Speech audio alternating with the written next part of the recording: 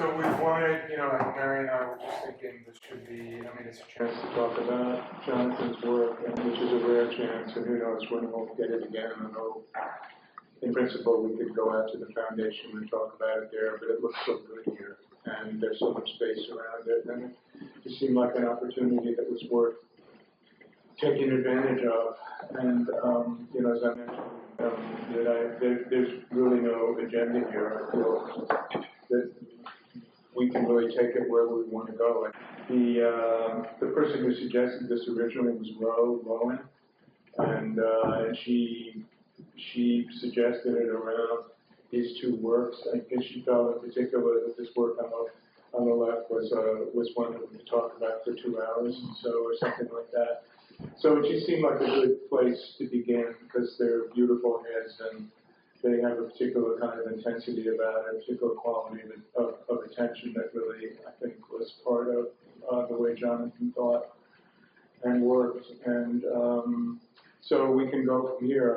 I feel like anybody who wants to say anything should just go. And I should say for me, there's something so distinct about this work now. It doesn't look like anything else. It doesn't look like anything else that I see in the galleries. There's a peculiarity to it, and so I just feel like even though there's a familiarity to the language, that I'm looking at something that's completely different. And it allows for a conversation that none of the other work I see when I go to galleries really allows us to have. Well, Michael, I think that the basis of all this sets is the careful study, analytic study of the human head and different phases. This one looks as though it's in what I would call the second phase after the study from life. Then it was conceptualized into conceptualized toward more of an understanding of the pure structure of the head rather than a perceptual thing. And then the next part, of course, is the theory of splitting. We both know that Jonathan was involved with frontality, and he studied frontality in the history of painting and found out there were very few purely frontal images, mainly because the frontal images facial, it becomes very flat very quickly, as does the Rorschach test, which is the other thing he was studying. The Rorschach test works by depriving the viewer of space, by occupying the center of the field, and then it deprives the viewer of the second source of space by duplicating on the left and the right the same form. The painters use the same device for what I call splitting the view, because an older painter probably did another. They did not like that type of composition of two boxes. He said they don't like this split view style of sculpture. But what they do is the painters do is vary the image on both sides of the centering device, which provokes the viewer to look from left to right. And what's curious about the head on my left is that it's not just a simple reversal, it's reversed twice. So it really does not work according to the theory. It's more intuitive. Do you say what you mean by reverse twice? Yeah, because this piece, I'm sorry, I came to this one, but this piece and this piece come from here and here, which is a reversal. But this piece comes from here, which is another reversal. So it's reversed twice, but actually goes back into spatial composition. I was very curious about that, but I noticed that now. Do you know what Jonathan thought of Egyptian sculpture? He loved Egyptian sculpture. I think I don't want to put words in his mouth. There are certain things he was very fond of, but there were some things he didn't care for at all. They remind me of Egyptian sculpture. Not arrive, just they have qualities of it, and then there's something particular about realm of Egyptian that happens as well. And you feel that about the other one too? Both of them, yes. I'm just curious about the height of the plinths and if they were kind of specified by Jonathan in notes or anything, or if it was a curatorial decision. It was a curatorial decision. Okay. Yeah. Did they feel a little bit off to you, or? It doesn't feel off, but I think, I mean, it really makes a difference in how we respond, how we read them. You know, the sense of, for me, the work, there's always a sense of violence underneath it, or confrontation. I can't get away from it. So having something a little lower like this, it sort of like tempers that aggression. They feel maybe more adolescent than adults, so it moves into a different dimension. A different reading, something that I'm thinking about, just, you know, bouncing the two heads off of one another. They both seem like meditations on synthetic cubism and analytical cubism. This one, the one on my left, is analytical cubism, and this is synthetic cubism. So they feel sort of like this, you know, working out those two forks in the road sculpturally. Can you say more about the violence? Well, things are, I mean, I think the first thing is the touch. You know, there's an absolute insistence on the material, and you can feel the hand working the plaster or the tool working the plaster. There's very little, I think he makes it very clear at certain points to leave there the mark, you know, just as a painter might leave the brushstroke. Silver's leaving sort of the excavation face, you know. And just by its very nature of taking a piece of material, you know, and carving into it or adding into it or scraping or, you know, using some kind of tool, it feels, you can't help, or I can't help but get away from, you know, a sort of violence. I mean, it's like, you know, laying into a face, you know, excavating a face. And, you know, I guess that it sort of points to maybe like a psychological interest, this feeling of kind of wrestling something out that's not kind of visible. I think the figure on the right, it seems like one of the more tender pieces, just formally, softer edges, kind of a drooping eye structure, small mouth. On the left, you know, it's like sort of like a tectonic event, fractured the face in half. There's also a sense of movement in the figure on the left that isn't present for me on the right, which I think, you know, going back to the idea of cubism and analytical cubism,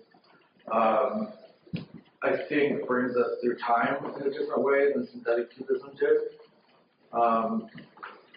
There's a more, I think, sedate atmosphere in synthetic cubism. There's a little more, again, violence or aggression happening when you're fracturing and slicing the planes and reconfiguring them.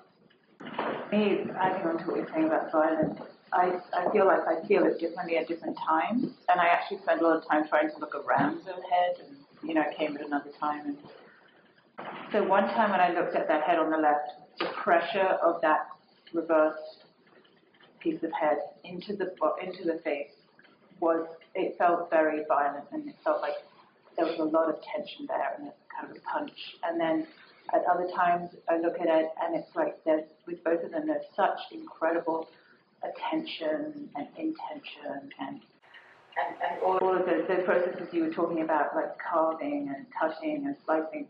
aren't necessarily violent. They're like this, like his hand and his eye are paying so much attention and feeling the material and wondering, going through this process that is, for me, not violent. It's like being really present with.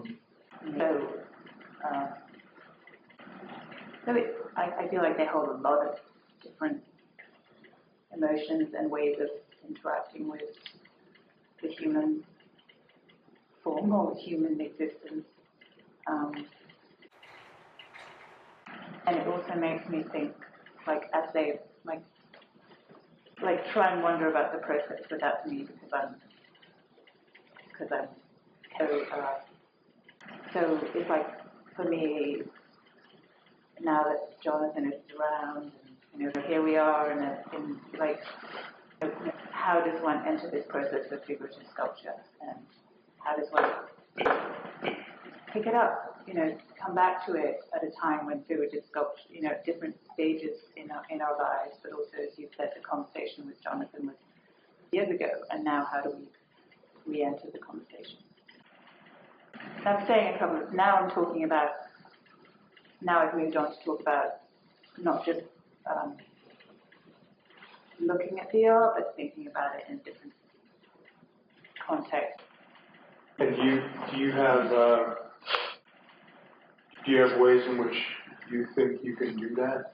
I mean, in terms of, so he's been gone for 26 years, so, and ways of re-entering the conversation or extending that conversation into the present now? I think the most important thing is to look at the work.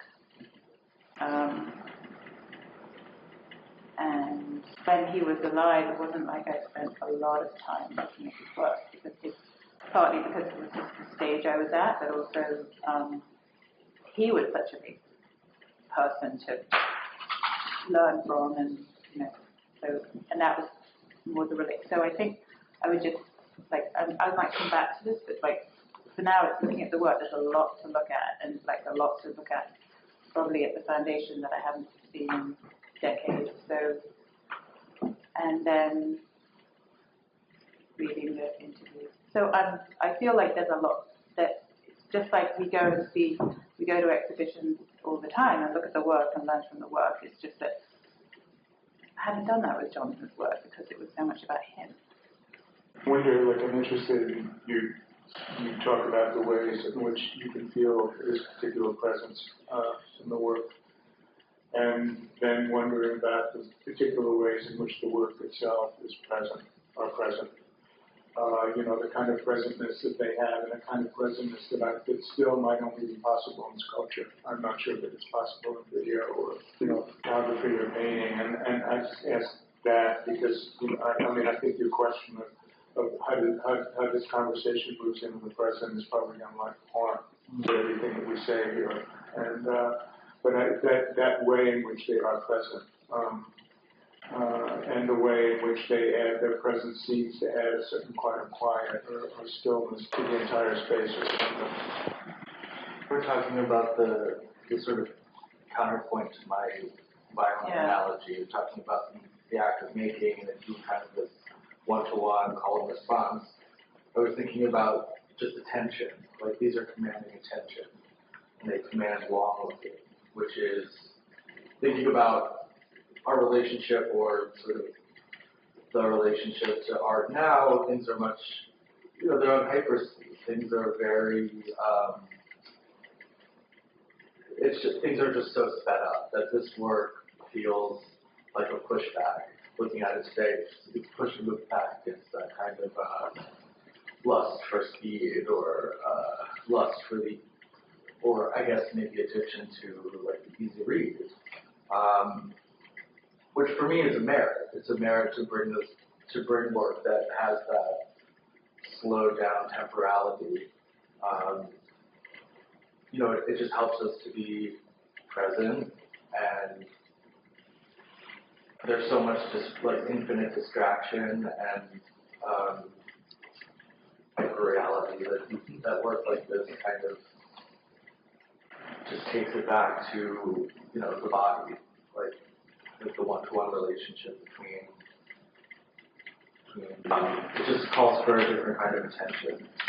I think it's necessary.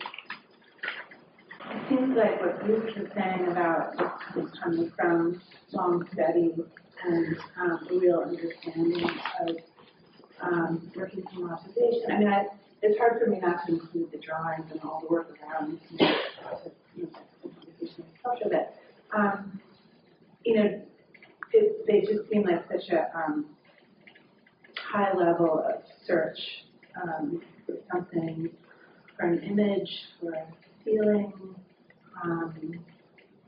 The sculptures, but also the drawings have, which comes from real knowledge and understanding of the materials and how he's moving his hand on the page. And I think, it's so, it just seems that there's so many layers to this process. And I mean, I didn't know him at all, but knowing a little bit about him, but just is extremely, he has so much knowledge and information and look actually both from observation and I feel that really comes through in what has been said about, I think the quality, part of quality attention is really important because there is a level of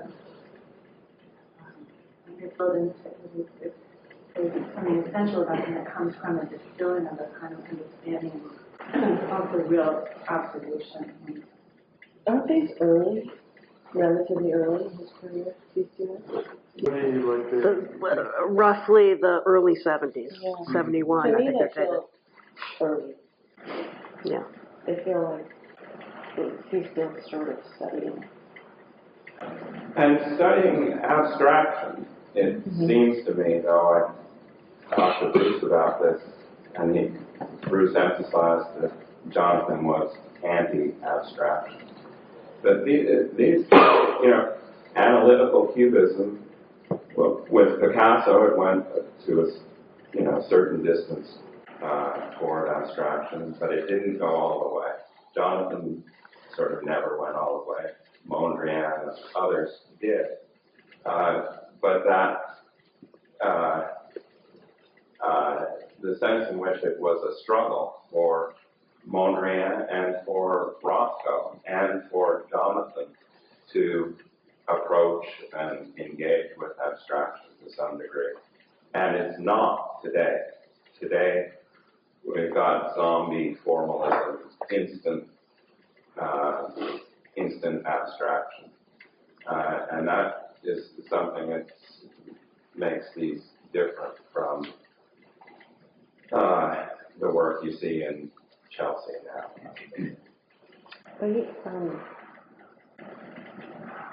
I think his late work is what feeds into the present. I think he found himself in the installations and in the late work and the subject matter. And I felt like there's that comment in the movie where he says, "The figures began with the heads." And to me, it just feels like, okay, he's about to let it rip, but he's not. Like when he's slicing and placing, he's beginning to. Right. But all we've got here are these heads. Yeah. And it's interesting looking at just the heads. Yeah. And Michael, what about his relationship with abstraction? And he was sort of in a different gang away from Greenberg and that kind of gang, right? Or am I wrong? yeah, he was never near that. Yeah. I'm trying to think a little bit about like Meyer Shapiro too, whom he studied with. I don't know. I mean, I think like the reaction against narrative that Bruce sort of raised too, this issue of frontality, and wondering about the kind of sort of cool, like analytic quality. In other words, so that you could work with figuration, but you could work with it that was stripped of the kind of sentimentality or whatever that was connected with figurative tradition at this point. so that there was actually some kind of responsiveness to abstraction in it. Yeah. You know, and when you mentioned Mondrian, and you mentioned like the severity of a certain kind of discipline, and a research, because this work is still research, and it took him like a decade to actually go through. So I feel like there is a pressure of abstraction, a certain pressure of certain ideas of modernism that he had internalized and was working and was trying to work through. So he felt that like he wasn't going to go in that direction, but they were definitely leaning on the work and to some degree giving it like the quality of intellect that these works have, which make them, even though they are heads, you know, with their own connection with Egypt and Rome or whatever, that they're sort of in this kind of intellectual severity, in this kind of antipathy almost to narrative and sentimentality. I feel like they're responding to demands of abstraction without, you know, in a fairly indirect way. But he must have seen all these abstract artists get lots of attention and see them sort of laugh at the figure people. And although, you know, he talks, I mean, like he talks about the heads in Pollock at a certain point, like the heads being there, and I think that de Kooning would have interested him. So I don't know when you think about abstract expressionism, like how like absolute that division that you're talking about is or was for him. But he certainly grew up with it. You're asking like what was it like to be to grow up almost like in the aftermath as a child of abstract expressionism with his, and how did that affect his work? And don't think I'm answering it particularly well, but it was part of his work. He was thinking about it. But it's weird, I mean, us in this room, right, for studio school, we all study, we're from a particular slice of art history. We're not, where we are now, we've come out of with Jonathan, you know, Scheming and Bruce and Nick Roney for that, and John Graham, John Graham's measurements of the face, and take that back to, all the way back to Egyptian and pre-Egyptian art, where measurements and form were studied and handed down, and that's where the school is part of that line, that lineage, and Jonathan was part of that lineage. Different impressions. One of them being about that relates to some kind of implicit violence and a sense of tradition.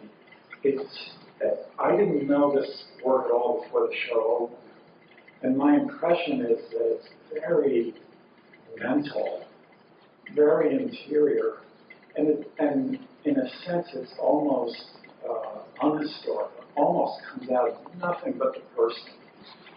There's this delicacy in his touch and this delicacy of attention, but in a way it's not very physical, although it's so concrete and real. And I find it, in this sense, attractive and also disquieting. And I feel this kind of elephant in the room, the piece on the right, that can be completely wrong about this, but it seems to be an observed head like that one that's been encased and plastered to the point where it's just got its nose out of the water. And I find it so uncomfortable. Impressive, but it's hard to look at and stay with in a way. Can you say more? But why? Well, you know, in part because this physical thing is creeping over a mental state. And I just feel this kind of point of almost suffocation very strong in that piece. you know, certain planar kind of bounce from Egyptian busts and, you know, Jock Ireland's head of Isabel and so forth. But the key thing is that he's gone over every inch of the surface. And I know what kind of neck I believe was under there because I see it here. I'm just aware of the plaster creeping all the way around, just, you know, reaching the base of the nose. And the next step is that this kind of, you know, full-body planar rendering of the head is completely enveloped, you know, kind of living head. So you don't see it as something that's thick all the way through. You see it as like a skin. Yeah, yeah. I see that the plaster padded around something pre-existing. Do you know Messerschmitt? Yeah. Because I feel like, you know, he might have actually written about Messerschmitt. Like, your description of it made me think of those heads. And because there's, you know, in Messerschmitt with all that kind of expressive language as I remember it, and the way Ernst Chris wrote about it, and that those heads were like a little bit on the edges of madness, or people couldn't really tell. I feel like, you know, maybe what you're saying leads that head a little bit into that direction, so that you would never go completely where Messerschmitt went, but nevertheless there's a kind of memory of the really intense mental states that Messerschmitt was dealing with. Yeah, it seems to me that Silver is kind of a poet of disquiet, which I find very attractive, and you know, usually things that I'm this much interested in, I feel some kind of love for very quickly.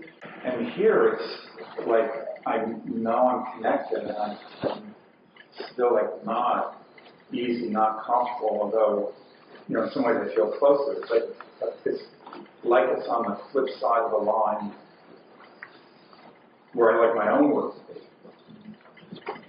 but on a different trajectory. So I kind of really appreciate it, but I also I really feel it inspired.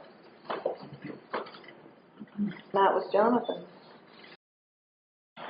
What you're describing. That I gather, yeah. I mean, you see it even in a snapshot of it.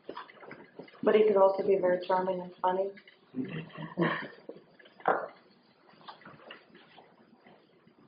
Yeah, you rarely see something so intelligent, so kind of articulately intelligent, and uniformly considered and attended to. Then about the psychic side of the Messerschmitt, that's what Jonathan was probably interested. I remember talking to him about Messerschmitt. He was quite enamored of Messerschmitt, but not in any way about the forms of Messerschmitt, but about the psychotic quality. I think there's something amiss when you justify Cubism to what Jonathan is doing, because I think that first, if there was anybody from the Russian Academy or German, old German Academy sitting in this room, they'd feel very comfortable with what he's doing in that hand. On the right? It would have been part of their upbringing. On the right. Yeah, the one on the right.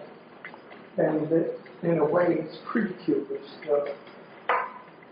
The origins of structure in nature through the hidden geometry goes back before the time of Cambiasso. Those Cambiassos probably the only evidence we have that they understood these things. Who's Cambiasso? But there's also drawings of Leonardo, of Zorro, where they're faceted into human head in ways that bring it to the tactile side of the artist's mind in a very powerful way. And I think that Jonathan might have been interested in opening up the set of the human head, which was rather closed off at that time, rather abandoned and denied.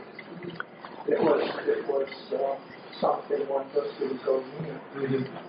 And the tool with the piano player was this ancient practice of restructuring.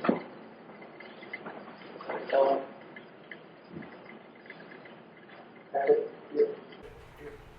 he never thought, I don't ever remember he might have disparaged the idea of historicism, of proceeding along the lines of working from nature toward a style, of working from one style to another style. I think it's much more interested in penetrating its own psychic nature. Maybe penetrating it in a way, because he talked about, the way he talks about himself at the beginning, like expression was a problem. Yes. Because his tendency was to go there and to go there like too much. Mm. And one thing that Peter did in Peter's way of drawing, so it gave him a way of toning it down and disciplining it and controlling it. And here, like this kind of language is kind of, you know, research and the frontality and the reversals. There's such a structure to it, and within this structure, I think he could allow and get it. These more psychotic, to use that word, I'm not sure that's the right word, but it's sort of where you're going. But so, and it really makes me wonder then what is expression in these sculptures that we're looking at, and how does it function? Because sort of the more we're talking, the more I feel something is coming through, and it goes well beyond like the immediate logic of it. There's something inside that, or there's a way in which that logic enabled him to get it, the illogical, or the irrational, which, was fundamentally what interested him the most, but maybe what scared him the most, and what needed to be created with and controlled. I don't know. Yeah, I think the forms, part of the strength of the forms that he gave is that small sketch on the right is that they do exude something, but after when you start thinking about it, you don't know if it's Jonathan imposing something or it's actually coming out of the form, but obviously it is in the form if we feel Jonathan imposing something on it. So it becomes kind of a circle. There's a lot of pressure on that head, right? To use that word. It's a very strong form. Mm-hmm. It's very compressed around something, and that something, that little phenomenon does show itself, but it's very solid. It's not something that gives itself, it gives way to chaos or looseness or buoyance in any way. But I think that It always bothered me. Brandt right the nose it's rather extraordinary in the way it remains at the end. It has a kind of sexual quality to it that is It's very abstract, that nose, too. Yeah. The mouth is strange, too, right? The mouth is wonderful, and the eye on the left is, because you kind of know he could have analyzed those as well, and it would have ended up being very boring. And he left them.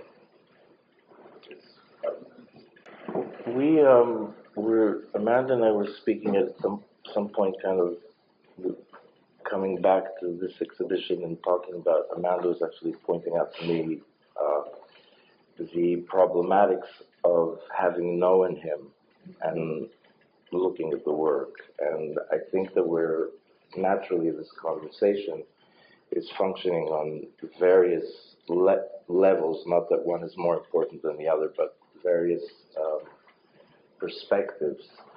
I have a bit of a problem with the application of the word cubism to his work and to this body of work specifically, because as Bruce is pointing out, the use of geometric syntax in the analysis of form, particularly in two-dimensional work, let alone three-dimensional work, there's a long tradition of that. And I don't necessarily think that analysis being applied makes it a cubist work. It makes it a geometric analysis. It doesn't make it a cubist work. And I think that when I look at the drawings, for instance, I don't see cubist space in them. I see geometric space in them. And they're much more related to me to early Giacometti drawings rather than to analytic cubism or synthetic cubism.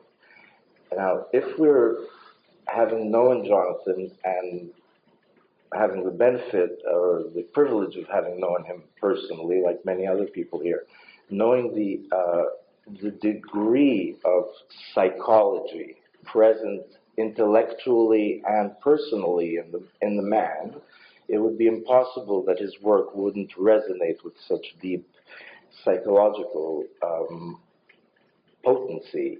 Now, when I look at these two works, I actually think that also, to my mind, what he's doing in the left, the one on the left when we're looking at them, is a device. It's not an analysis. He took the convex form of the cast and turned it around and put it on the other side, and he did this in a few different ways.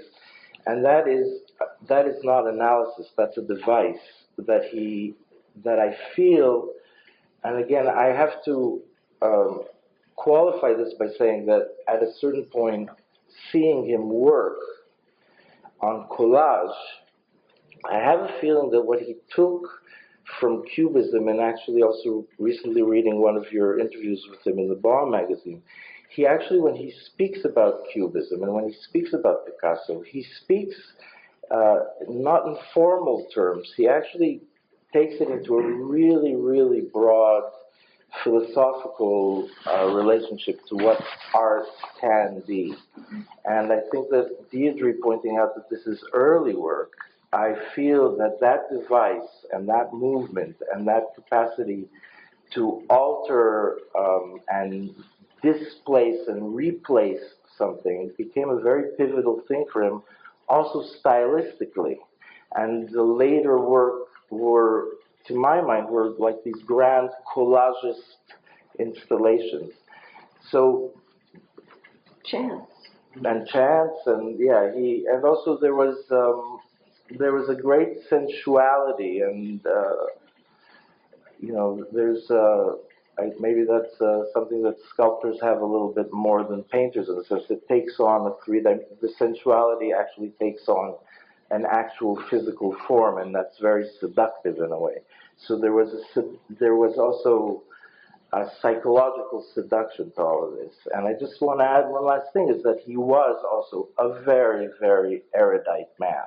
I mean, his intellectual and creative and musical capacities were really quite astounding. And anybody who had lunch in this building and heard him sit down and play Brahms realize this. You realize that you're dealing with somebody who had a very, very broad sense of history and culture and art. And I think that for me, the head on the left, it does encompass all those other things that we're talking about, but also I see in it the seeds of a device that came perhaps out of Cubism, but he went with it according to his own volition,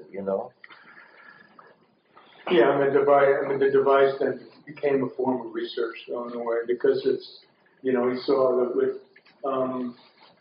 with splitting the head and with these reversals, that there was almost like an infinite possibility to it, and no matter what you did with it, that it would wind up expressive in a certain way, and he did it, and he did it, and he did it, and then it played itself out. I agree.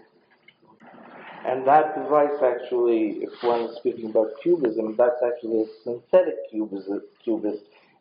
Superficially, this might look analytic because it's cut up in different places, but actually the device is actually a synthetic notion that you cut out a shape and you use the shape itself and you use the cutout too. Mm-hmm. And that's what he's doing in this head. He's using the shape and he's using the cutout of the shape and transferring it to the other side. So but there's a vehemence to the positive and negative space. Yeah. and in a way of working with concavities and convexities that's much more like analytic cubism, the cubistic principle for me than it is synthetic. Yeah. Well, I think what he's doing for me is using some of these cubist strategies, not as an end in itself, but he's sort of pushing them to a place. It's like finding sensuousness in something that's analytical. It's like, I think that's one of the things that's kind of energizing and animating the work. It's a marriage of analysis and sensuality, which is very hard to achieve. You know, I don't think he's a cubist, but I think he's deploying various cubist strategies, such as like taking a work apart and recontextualizing it to maybe convey motion or time. You know, and using those, you're just sort of deploying them along with all of his other influences, and also, you know, his sort of intense psychological approach to making.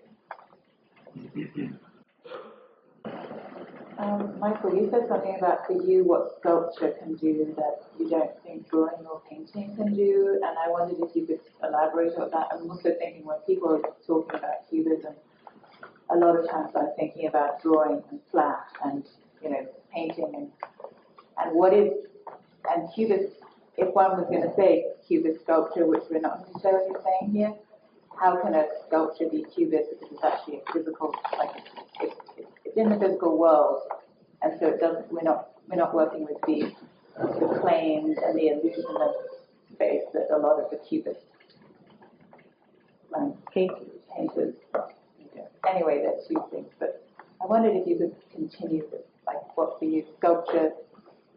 Yeah, I'm not sure that I said like drawing, but I know that I said like painting, video, photography, and it really came out of you used the word, where you feel his being present in the work, his kind of total being present, and then thinking about the ways in which these sculptures are present in the room, and just feeling the intensity of a kind of attention that's given physical form, in which the light, the actual light of the space itself becomes a factor in it, so that the whole room is really taken over by a certain kind of meditative intellectual intensity that has such a physical quality to it, and I just don't think that that's possible through any other discipline. And you know, we're sort of talking around this notion of density and volume here, and the particular way that like the energy of the thing, in which the energy is contained. There's so much energy, but also, like, you know, Brandt's saying, it's kind of an explosive energy. So it's contained, but it's moving out of itself. So I don't know, for all these reasons, it just seems to me that there's a way in which these heads command attention that I just don't think that it exists in another discipline. Well, maybe this is related in some way. Like, I'm interested in the question of audience here. Like, I asked myself, who did he make these for? And it's not at all clear what he was making them for. And I do feel with a lot of contemporary art, there's a certain notion of audience which is much more specific. And in some ways almost limiting to the work itself. These things, there is a certain autonomy to them, I guess, and maybe that gets back, you know, Amanda did the sculptural question also. I feel like they're in the space, but I don't know the degree to which they actually need other people, in which they need people in the room. There's almost something like, you know, they need the light, and they do something that's almost mystical through the light, perhaps, but where they really feel self-contained. I don't feel they particularly need me. And that's something that sculpture can do, and I like that. You know, they're not looking out at you. Either the eyes are very, I mean, based on the head, the eyes are almost there, but it's pretty, everything's pretty squished tight in that head. I think they're also involved with their predecessors. I think there's a very, very, very strong historical sense in them. That's what I meant when I talked about the lineage. Yeah. But he's coming out of his Jock Ireland dissertation, which he abandoned, which I'm sure he was interested in the figure in space and the confrontation of the artist and the sitter. And he's beginning to sculpt in frontality, and he's beginning to sculpt. He's saying, I'm not going to just use words, I'm going to sculpt this. I'm going to do what Jock Ireland did, I'm going to speak to Jock Ireland. And he's digging in as part of the lineage. Well, I would say to the question about are they in the here and now, I don't stand in front of a head like that and then think I'm having a 1971 experience and then go over to Epos and thinking now I'm having a contemporary experience. I didn't mean that. I thought that Michael was saying Jonathan's relative to us. Good is his experience. And when you say, Michael says we don't have to be in the room with it, we don't have to be in the room with it. It embodies experience. And if you're lucky enough to see it and go away with that, and not be involved with historical parlor games, you're going to consider that to be real. But you're not going to temporize it with analyzing at what date it was made. Right? But I think that Amanda's question about, and I agree with you. I mean, when something works, it is fully present, and maybe we don't need anything else. But I think Amanda's question about are there ways in which what's happening in these works can be extended into a conversation? It's almost like for artists too. Like how do these heads become usable? What for someone making work now? Are they? And if we respond to them as strongly as I do, that they have to be, but we have to draw out whatever that is, and maybe that's interesting in itself. But I feel like that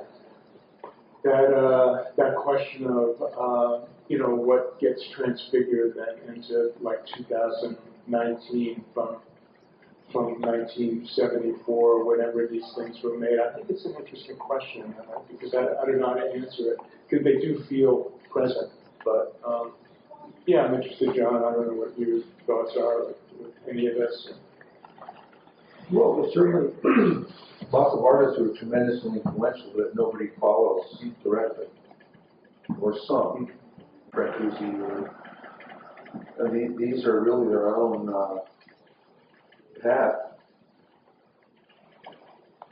And I'm just saying, from here, they're very different than from there, but the play between drawing and sculpture, that's sort of surprising to me from, the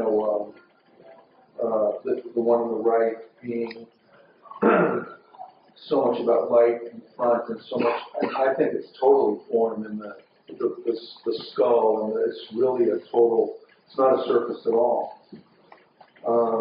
And then the one on the left, it seems to be, at first glance, about form, but it's really more about light.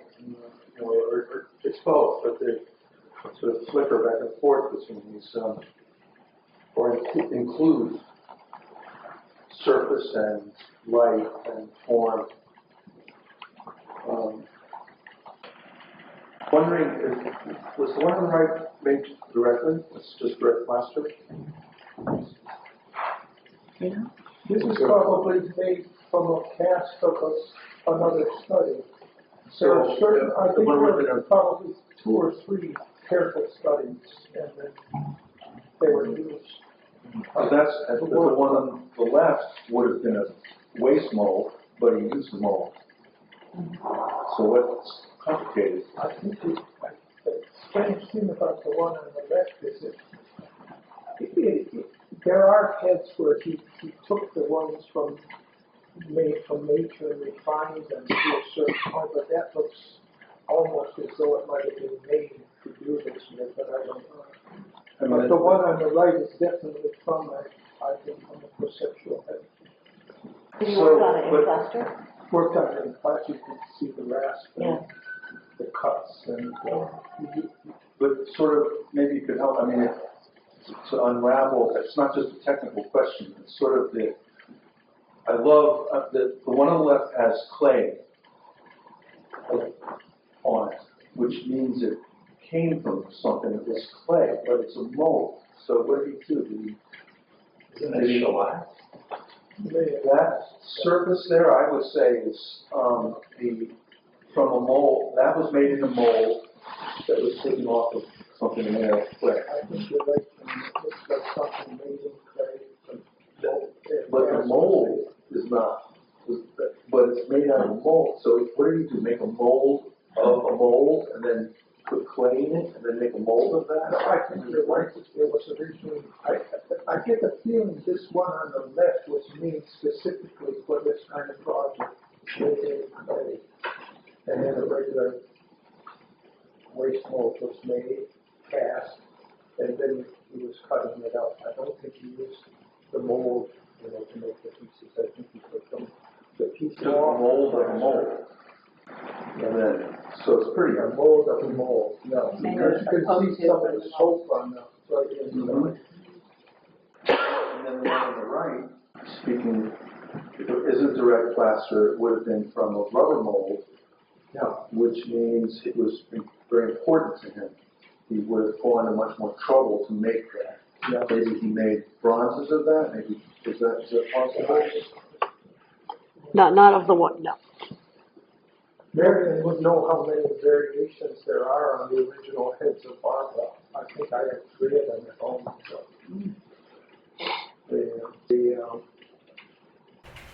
They were used over and over and over again.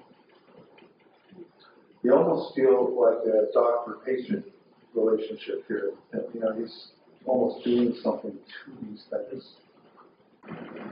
And that, I think, is what people were somehow indicating too. It's not the violence and there's something,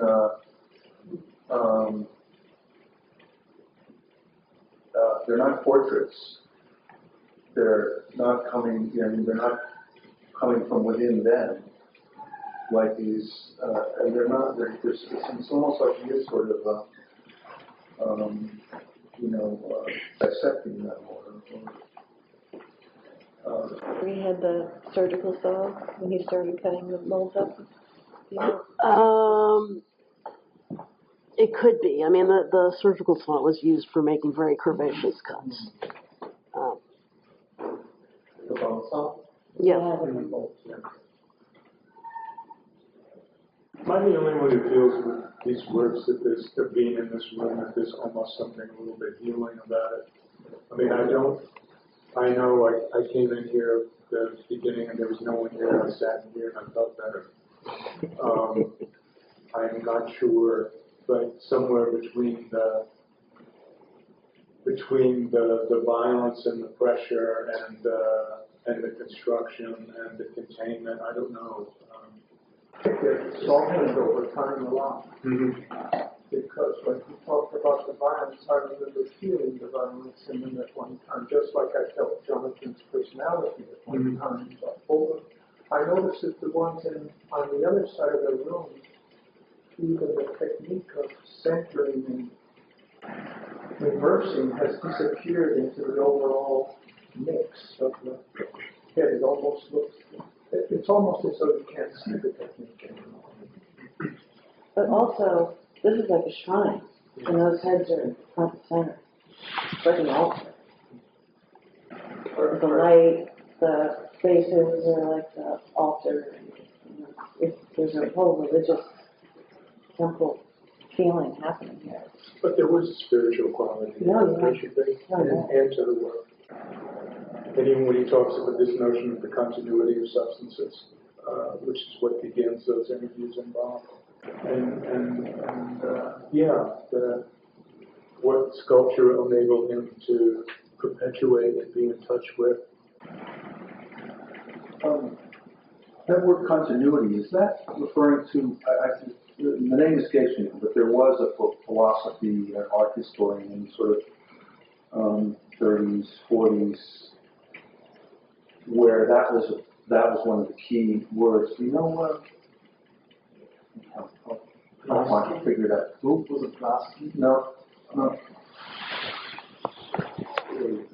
So for me, it's personally healing, and it's like I studied at school decades ago, and this, I told you, it was a difficult success I felt with inside. Like, it was very hard for me to come back here, and there's something about this confluence and seeing his work at this time and meeting certain people I haven't seen in decades. So it's not necessarily what we're talking about, but it has been an incredible experience to reorient myself decades later. And I didn't know Jonathan it was like I met him when I was just leaving school, and now his work and he's doing something for me as an artist. Mm-hmm.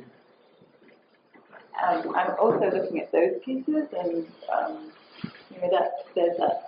I'm assuming most of them are they cast. Some of them are cast from clay, and some of them may be cast from direct plaster. But it would be interesting to look at the tactile quality that those have is different. Do you want to move over there for 10 or 15 minutes? You up for it? Okay.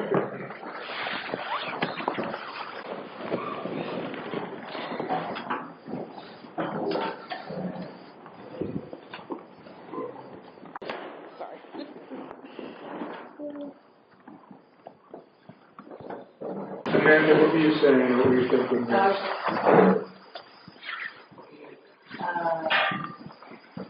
What somebody said about this, like, it's a different way of making. So actually, I find these much, like,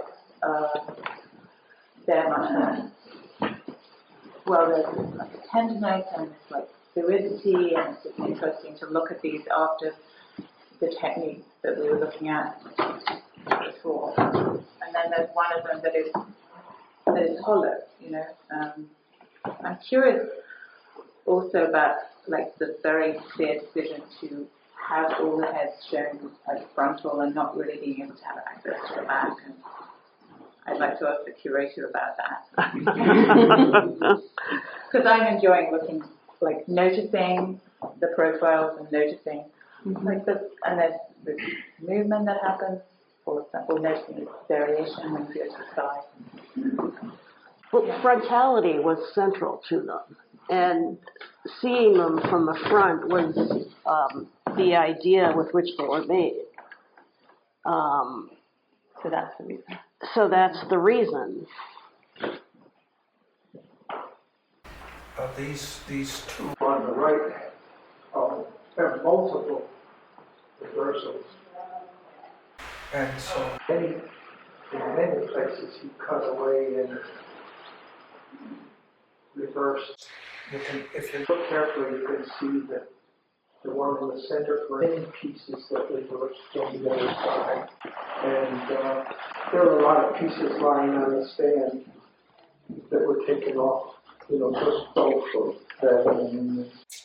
So for president, make a mold, cast a piece, or take a piece from other places and embed it. You can see this whole side of on the left of her cheek is made of embedded pieces that you probably could match them to the right.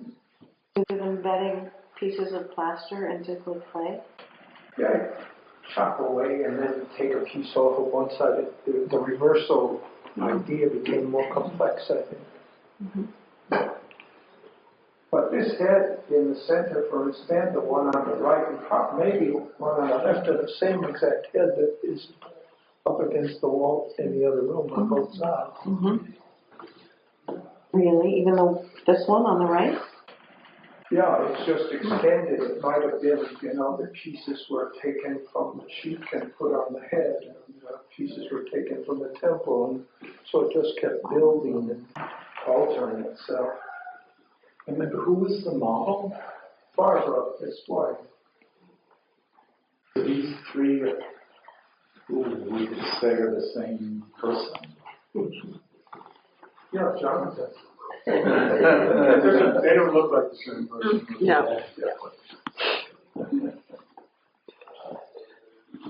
But Bruce, so if there are all these kinds of reversals and implantations going on, like, because here they're also more concealed. I mean, it's not like the left back where you can read everything he's doing. He did it, and then they're kind of like smeared over, or to some degree, like they're barely visible. And I wonder what you think of that. The collage disappears into a modeling process. They don't make by hand. It's hard to figure it out. So there's an aspect, I think, Bruce, what you're saying was that gouging is the reverse of adding. So it's not only the formal aspects of the actual, quote-unquote, illustrative things of something that's been removed from one side is placed on the other. The act itself is constantly an act in its reversal. He's gouging and he's adding, and he's gouging and he's adding. So the process of the making is also a reflection of the formal device that he's involved in. Does that mean that, in a sense, everything we're talking about in there no longer applies? It's not about the concept of negating something at all. It's just a way of making something. You end up here. Can't see it. I don't know. That matters to him, but it doesn't matter. One thing I remember he talked about, and was in relation to something we're both interested in. The fact was that when you look at certain sculptures, you cannot tell what's concave and what's convex because it depends on the light. Mm-hmm. And that because it depends on the light, the quality about inner and outer, he must have been very aware of, because he was very intent, of course. He wrote about the Rorschach test in relation to frontality. Outer were part of the dialogue in relation to frontality. So I think the inner and outer were part of the dialogue. But also just the idea that sculpture is ambiguous. Like when you're looking at the one in the other room, the light on the one on the right was so well done, except for the shadows near the floor, that it could exist in it existed as an illusion. You didn't have to go up and touch it to know it was solid. These are a little different. I felt that plaster was like a skin wrapped around the head, almost like suffocating it. I'm wondering what you feel here, where it seems to me even like closer to that, of something being mummified. You know, particularly in the one in the middle, maybe a little bit on the right. Would you feel less strongly? Yeah, they feel much more open. I'm aware of them being 3 times one person, one head. But they really feel open. They feel breathing and they're in a kind of flux that you feel like everything can trade places, can move and shift, which seems to me somehow observational and lifelike. I mean, not in a perfectly literal sense, but I feel like our experience of head and face is something very contingent and kind of mosaic-like, and piecemeal and shifting, unstable. So these 3 for me really kind of clinch it. I like the very observed head in the between here and the back wall. So do you feel, I mean, between the fluidity and the kind of discipline, do you feel, because with those heads back there, there's a kind of intellectual rigor, which is immediately apparent, I think, in the reading which you wanted it to be. And I'm just wondering whether you still, even with this, the fluidity, you still feel it here, or whether it's been to some degree sacrificed. These seem to me far more advanced. The two on the back wall, I have the sense is on the right there's an observational head which becomes encased, and if that encasement follows through completely, you arrive at the head on the left. So it's almost like something between appreciation and critique of the kind of planar rendering of the head you see in Champollion and Noguchi and Mercuzzi and Giacometti and others.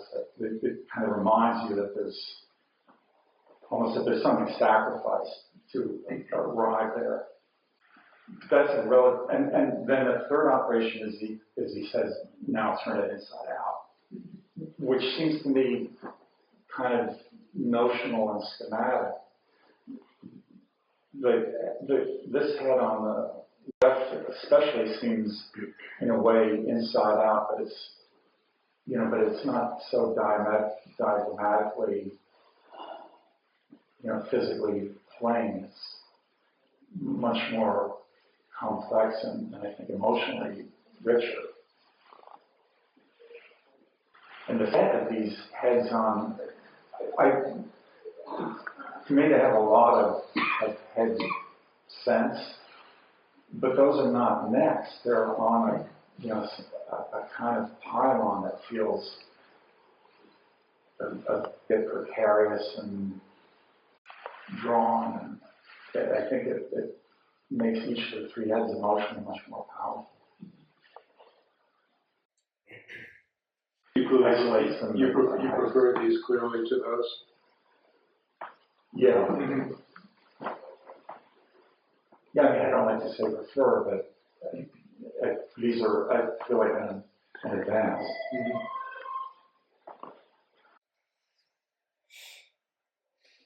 Was it always mold taken off and plaster put in the mold? It was then put somewhere else. The mold itself was just used.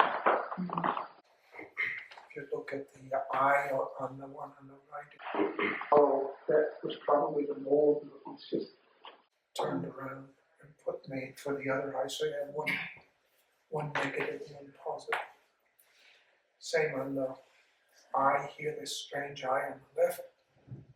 If we look closely, it might be that that's really a small, delicate mold taken out of the eye on the right. Do you have the same quality of the shrine with these, or is there something about these heads that makes that much more difficult? No, I wouldn't say it's impossible, but it is more difficult. That they're less sort of architectural and less, I'm trying to figure out, are they more or less abstract?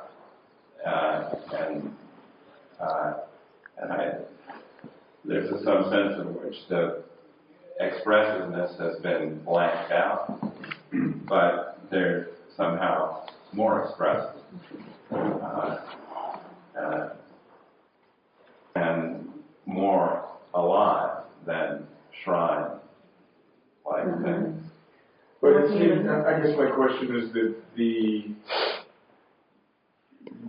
those heads have a certain kind of authority in their frontality that seems related to Roman heads or Byzantine or Egyptian, which are really asking for maybe something like a supplication almost in relation to what he's done with these. The authority is of a very different kind, and they're kind of eaten away. These heads, they're somewhat corroded, like he's gotten inside them. So whatever authority they have is different, and it can't be the kind of shrine, I think, like authority. I mean, maybe we're looking at something much more like actual people here. His fingers are all over them. I mean, it's really hard to get away from imagining his fingers are all over the plaster, and there's such a different relationship to material. And to me, I mean, they're closer to African heads, or either, they've been so sensualized. But I think he was interested in the shrine because when he and Chris had a big show together in this room, the first thing they did in the middle of the night was to block off these living always had this. I remember. I think So and so, it was actually like a funerary. I think I remember the name of the Roman personage. Severus, Yeah, but that was almost, it felt like you're walking into a funerary, I don't know what to call it, but some sort of assemblage that had to do with commemoration. But also there's an aspect to these guys or gals, whatever they are, of decay. Also there's a sense of that they look different at a different time. That something happened to them. you say gals or guys. I don't think Jonathan ever made a male head. Yeah, no, the one. Or for instance, a Bobby either. Yeah. But you couldn't tell the gender of these. So I mean, maybe the one in the middle, but I don't know about the other two. I was thinking of the careful study, never had male. Right. We actually have a head Bruce that he gave us that's a male head. Really? Yeah, small. When did he do it? Oh, himself, yes. It may have been, well, it's himself or it's him and Giacometti together or something, but it's a small bronze. It does? Yeah. Oh, okay. There's almost no form left in these things. It's like they're nothing but light. Definitely no continuity, no surface. You know, like Bruce, you were saying earlier that thing trading between convex and concave. It seems like he got to this point where it's totally up for grabs. I don't want to put words in his mouth or ideas. And Giacometti, in those heads of Diego and Annette, the eyes are present. You know, the eyes are always there. They're not here. These lose their edge a little bit, like the contour that somebody was just saying. There's this sense, and that was happening in Giacometti as well, somehow more of an awareness of the space around the arm. I think with these, there may be more, they're certainly more concrete in the sense of, you know, this sort of like totemic presence. These somehow maybe more ethereal, or, I mean, again, going back between these kind of dual forces between ethereality and monumentality. I sort of keep coming back, ping-ponging between the two. And then looking at these, I'm thinking about his impulse to to obscure the point where the floor met the wall. That operations, for me, these have something to do with that impulse, sort of to obscure the container, or to make things feel a bit more infinite. This figure on the right is doing something completely different than these two, in that, from my perspective, it's 3 and possibly 4 views of a head in a single form. It's like a kind of unfolding, which has something to do, or it's a one-to-one relationship with the figure on the left over here, this sort of carved and cut up. I think you could really make a kind of one-to-one, draw a one-to-one connection between the two. In his operation, he's just taking it to its next step, and perhaps it feels more personal. You can begin to feel his touch in these, like a lot of, I was using the term fluidity, one could converse with these a lot, like it's a lot, they're more accessible, but as one moves one's eyes move around and you go close and move away. Those ones are more demanding, and these ones are like you can have maybe it's the way you made them or something, just like the activity, so one can insert oneself in lots of places as one looks at them. I'm interested in I'm dwelling on what Bruce said about how that eye was like a little piece of a reverse, of the reverse of an eye, so on the left and the middle. And I'm thinking about what it's like when you make a cast and what it would feel like to do that, and why one would do that, and what effect it has. And I don't feel like they've become formless. It's just a different kind of form. Feel about the pathos here, because there does seem to be pathos, which I wouldn't use that word for the other heads. I mean, just the kind of vulnerability and the image in itself, the kind of vulnerability of the flesh. The kind of erosion or eating into. These are eggs formed to which something has happened, and to which something has continued to happen, and in a way, whatever I'm just talking, whatever sort of intactness or wholeness they might have had is gone. I mean, they'll never get that back. They'll just keep like metamorphosizing into one state or another, and so there's a frailty. It feels like there's a frailty or vulnerability that is very different than what I would experience in those other heads. And I don't quite know completely what to make of it. This is romantic, like they're what remains after something, and they remain here. So it's like human. For me, they don't have the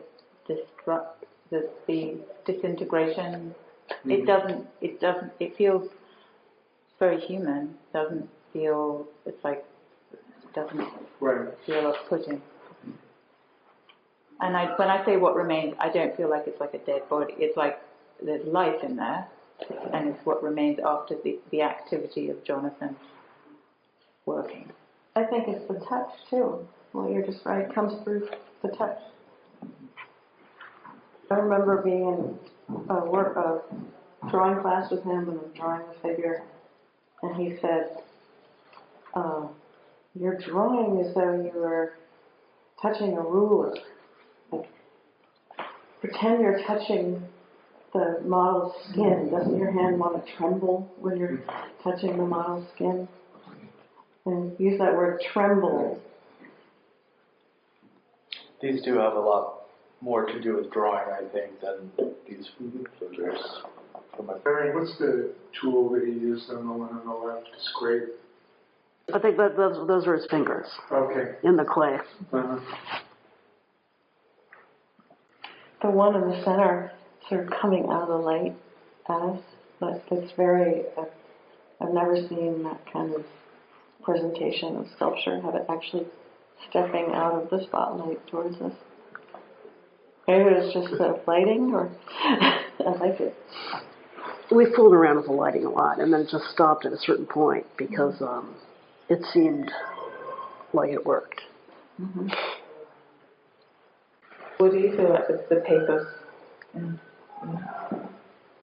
I don't know completely. I can see where it leads into what came after. And there, like that head on the right where I'm sitting, it's almost like cinematic in some way. It almost has a slightly ghoulish quality to it. And so there's a different kind of expressivity here, and an expressivity that I don't think he would have permitted himself in those heads. And there's a kind of risk-taking, I think. And I mean, I basically agree with you in that I think these are more, like a move in a different direction, but definitely a move. And I'm kind of interested in those necks. Like, I don't quite know what they are. I mean, they're pedestals, but I don't know what they are.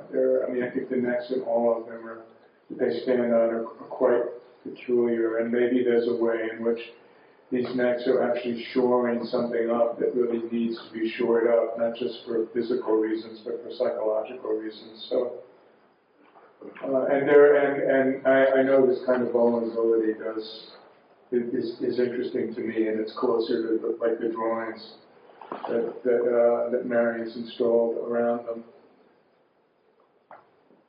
It's kind of denial of a body.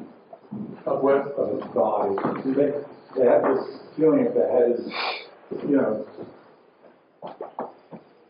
set there and you know, some contest of grabbing the material and some kind of,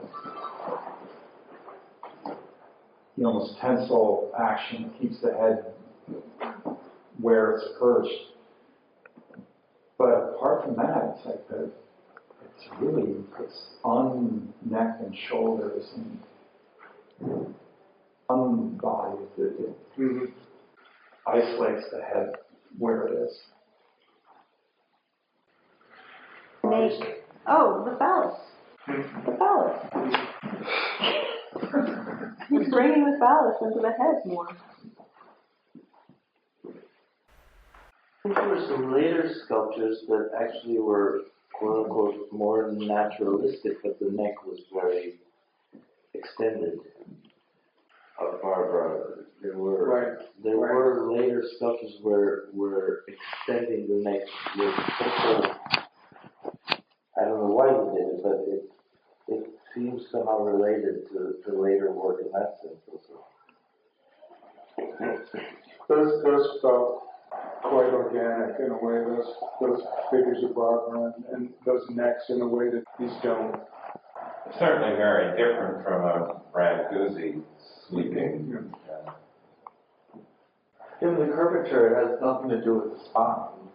It's sort of the opposite, the reversal of the way the spine is connected to the cranium. So you have this strange kind of like slightly bent forward feeling. It elevates the chin from the horizontal base too. So that real head, in our heads, we have a long drop cliff under from our neck. It's not like we have our shoulders aren't a box top. They keep going down too, so you can get around the chin visually the way you can without hitting the top of the box pedestal. Elevates it, but also it seems like it detaches it a little bit. Floats a bit more. Moves it away from our world. Right. Yeah, it's like, it's naturalistic to a point, and then it kind of goes into a different realm. Did he talk about other shrines? I mean, was he looking at shrines? Was he looking at? I don't recall it. We talked about the Medici Chapel a lot. I don't know if that, I mean, that's probably a shrine of a kind. Folies, you know, the African. Yeah, no, I didn't. Yeah. But death was a subject. Very present, even before he was ill. Well, these seem like they're heading in that direction.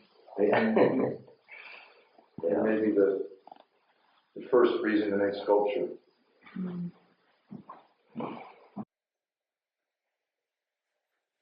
Especially figurative sculpture. I don't know if I can front of it, get something done before you leave. That's right. That's all of it. But it goes back to their eyes. Their eyes aren't, like you said, here. They're here. Somewhere else. Some looking into eternity or some other blocked off, but they're not in the now.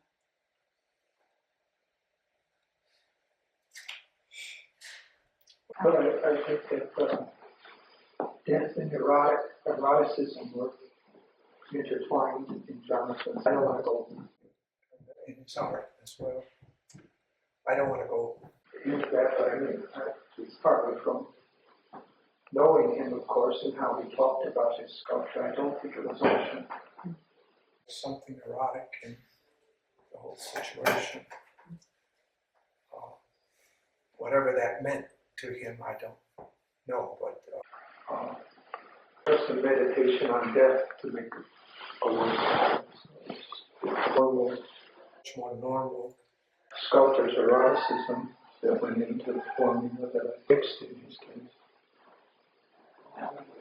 Talking about the pathos, these things have mellowed so much since the time they were made, but talking about how every form of expression has its intimately built in. Where does pathos go? What does it arrive at when you go too far? You know, who's putting something into the sculpture, and what is the sculpture doing on its own? The fact that there's a technique here, it's the making of it is fortunate and fixing, but it's not put on it just with the hand. It's coming out of the process itself. And the one life has gone very far. It's gotten quite complex. It's almost like you can't imagine them going one step further. Like if they were to go one step further, then it begins to be terrifying. And I mean that in an interesting way. Like then they disappear or taken. I don't know what happens to them, but I think he's got these like right at a certain threshold. Yeah, I agree. And they're withdrawing into themselves in a nice way. I wonder if he were still here, if he wouldn't at some point have taken the heads off the, what do you call them? Pedestals, because I can visualize them just being a normal face and just the head itself. What do you mean a normal base? Well, just stops right under the chin and put on a block of marble or a piece of wood or put on a shaft of some kind, just so they floated. I don't know. Those nets are pretty good, though. I think those nets are pretty good. They're very interesting. I've never had any discussion with him once in my studio. We had it, the only good neck looked like a horse's hoof. Now why that was, I don't know. I can see it on the left one a little bit. So I sit here and take that a little bit into account, that idea of the horse's leg. It makes a very good neck. I don't know if it does or not. Marion, I wonder if you want to add anything, it might be a good time just to stop it. If you want to show anything of yourself. Thank you all for being here and addressing these heads. I mean, I included them in the show because they represent a three-dimensional manifestation of some of what was being worked out in the drawings. But in themselves, they really blow me away, and I could not do a show of Jonathan's without including some heads. Thank you all. It's great. Thank you. Thank you.